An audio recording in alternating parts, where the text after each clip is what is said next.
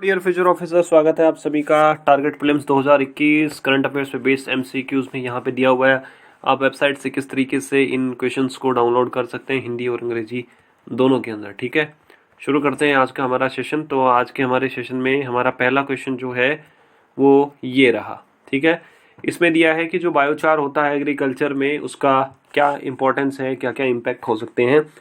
तो basically agriculture से related, और आजकल हमारे प्रीलिम्स में हम लोग देख रहे हैं कि एग्रीकल्चर से रिलेटेड बहुत क्वेश्चन आ रहे हैं। देखो, बायोचार क्या होता है, बायो और चारकोल, ठीक है, ये दोनों के मिक्सचर से बना हुआ। कई बार क्या होता है ना, जो ऑर्गेनिक सब्सटेंसेस होते हैं तो उनको जलाने के बाद जो बचता है उसको हम बायोचार के नाम से जनरली हम जानते हैं। बायोचार के क्या क्या एडवांटेजेस हैं खेती के अंदर, वो बात की गई है कि इससे एग्रीकल्चर प्रोडक्टिविटी बढ़ती है, कृषि उत्पादकता में वृद्धि है, और जो सोयल के अंदर, मिट्टी के अंदर जो बीमारियां होती हैं वो भी इससे ख़त्म होती हैं, और वाटर की जो होल्डिंग कैपेसिटी है, वाटर रिटेंशन कैपेसिटी है, वो भी इंक्रीज होती है। ठीक है, ये तीनों स्टेटमेंट सही है। बायोचार के एडवांटेज है, एग्रीकल्चर प्रोडक्टिविटी इंक्रीज होती है, और सोयल बॉर्न जो डिजीज़ है वो भी ख़त्म होती हैं, उनमें भी मदद मिलती है हमें मुकाबला करने में, और ये जो वाटर की जो होल्डिंग कैपेसिटी है उसको भी इंक्रीज करती है। तो तीनों हमारे स्टेटमेंट सही, option number D is correct.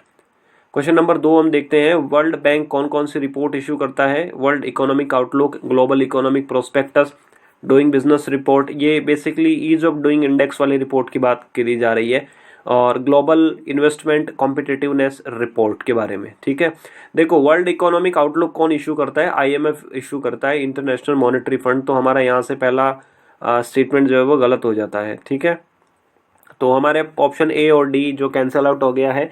Now we are left with only option B and C, and now if we go to the statement number 2, and that is saying that the global economic prospect report. ठीक है, तो ये बहुत basic सी जानकारी है कि global economic prospect is being release by the world bank, तो ये ठीक हो गया। ईज ऑफ डूइंग बिजनेस जो रिपोर्ट है स्टेटमेंट 3 में बात किया गया, ये भी सही है। हालांकि वर्ल्ड बैंक ने अभी रिसेंटली बोला है कि we will not launch ease of doing index. ठीक है, उन्होंने बात की है कि अब ईज ऑफ डूइंग इंडेक्स जो है वो हम लोग नहीं रिलीज करने वाले हैं। तो 2, 3, 4 ये सही हो गए, option number C is correct. ठीक है, क्वेश्चन नंबर 3 में दिया है कि ये कुछ जीआई टैग से रिलेटेड जो खिलौनों टॉयज की बात की गई है, और उनके सामने स्टेट्स दिए गए, हमें बताना है कि कौन सा स्टेट कौन से मैच करता है। पहला इसमें बोला है एटिकोपक्का टॉयज के बारे में बात की गई, आंध्र प्रदेश के हैं। चन्नापटना टॉयज तेलंगाना के हैं। कोंडापल्ली टॉयज कर्नाटका के। देखो तीनों स्टेटमेंट है। चन्नापटना टॉयज तो बहुत ज़्यादा न्यूज़ में था, ये कैंसिल आउट हो जाता है। मोदी जी ने बात की थी ना चन्नापटना टॉयज के बारे में, तो जब उनके मन की बात हो रही थी संडे को 11 बजे, तो Channapatna toys are not related to the Telangana, they are related to the Karnataka. और हमारी जो सीरीज है ओनली आइस की तरफ से जो सीरीज चल रही है हमारे जीआई टैग्स की, उसके अंदर चन्नापटना टॉयज को इंक्लूड किया गया, वहां से भी रेफर आप कर सकते हो। तो अब बचा पहला स्टेटमेंट, एटिकोपक्का टॉय जो है वो आंध्र प्रदेश से है, ये बिल्कुल स्टेटमेंट सही है। कोंडापल्ली जो टॉयज है ना, वो कोंडापल्ली जो है वो कर्नाटका में नहीं है, ये स्टेटमेंट कैंसिल हो गया हमारा। तो ऑप्शन नंबर ए हमारा जो है सही बचा। देखो ये जो होते हैं ना ये जीआई टैग, कई बार क्या होता है कि जो लोकेशन होती है उनके नाम से भी ये बहुत फेमस होते हैं। जैसे कोल्हापुरी चप्पल, तो अब कोल्हापुर कहाँ पे है, कोल्हापुर महाराष्ट्र में है, तो उससे हम आइडिया लगा सकते हैं कि कौन सा कहाँ से रिलेटेड है। ठीक है, अपना ओनली आईएएस का टेलीग्राम चैनल है, ओनली आईएएस नथिंग एल्स के नाम से, आप वहाँ से भी ज्वाइन कर सकते हो इसको। वहाँ पे आपको रिक्विजिट मटेरियल मिल जाएगा यूपीएससी स्टेट पीसीएस का। ठीक है, क्वेश्चन नंबर 4 दिया है, वोलाबैकिया बैक्टीरियम के बारे में बात की गई है। देखो साइंस एंड टेक से रिलेटेड क्वेश्चन है, and this question this Wolbachia bacterium recently was in the news, so we have included this question in this MCQ session. ठीक है, देखो पहला इसमें बोला है कि जेनेटिकली मॉडिफाइड बैक्टीरिया है, मतलब इसके जो जीन्स हैं उनको मॉडिफाई करके एक नया बैक्टीरिया बनाएगा, इस तरीके से बात करी जा रही है।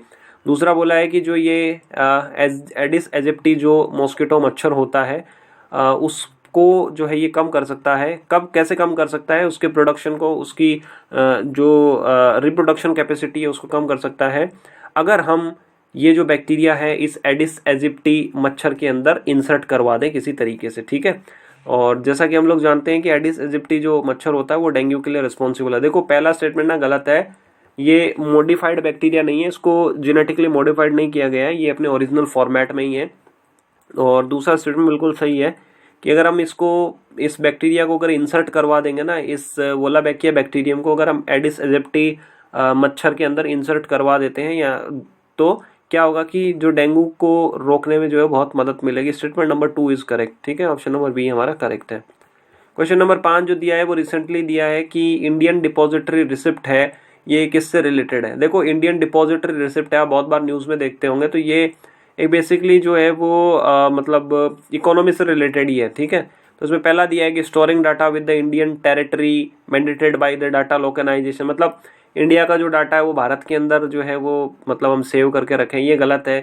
देखिए जैसे कि अमेजन वगैरह है ये, क्योंकि यूएस बेस्ड कंपनीज है, ये डाटा अपने वहाँ ले जाती है, वहाँ प्रोसेस करती है, तो उसको डाटा लोकलाइजेशन नहीं बोलते, मैं सॉरी, उसको डाटा लोकलाइजेशन की आजकल डिमांड हो रही है कि इंडिया का डाटा इंडिया के अंदर ही रहे। तो पहला स्टेटमेंट गलत हो गया।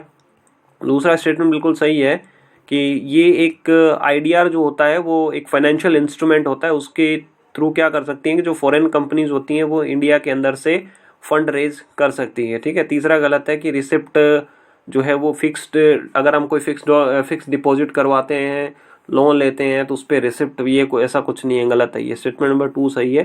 देखो फाइनेंशियल इंस्ट्रूमेंट है एक टाइप से, तो मतलब विदेशी जो कंपनियां होती है ना वो भारत में आती हैं और वो जो है वो इसके थ्रू जो है वो फंड इशू मतलब फंड यहाँ पे ले सकती है, ठीक है। और अपनी जो last mile leap test series चल रही है ये 22 तारीख से शुरू हो चुकी है, आपकी पढ़ाई कंप्लीट हो चुकी है, अब आप उसको इम्प्लीमेंटेशन कर सकते हैं। प्रीलिम्स के लिए सबसे बेस्ट यही इम्प्लीमेंटेशन रहता है कि हम ज़्यादा से ज़्यादा रेलेवेंट MCQ सॉल्व करें, सो उसमें आपकी मदद करेगा, ठीक है। और आज का हमारा सेशन एंड होने से पहले आप ये ज़रूर बताइएगा कि आज आपके कितने क्वेश्चन जो हैं वो सही रहे, कितने आपके गलत रहें, ये बाकी सारी चीज़ें। ऑनलाइन से जुड़े रहने के लिए आप सभी लोगों का बहुत बहुत धन्यवाद। डियर फ्यूचर ऑफिसर, स्वागत है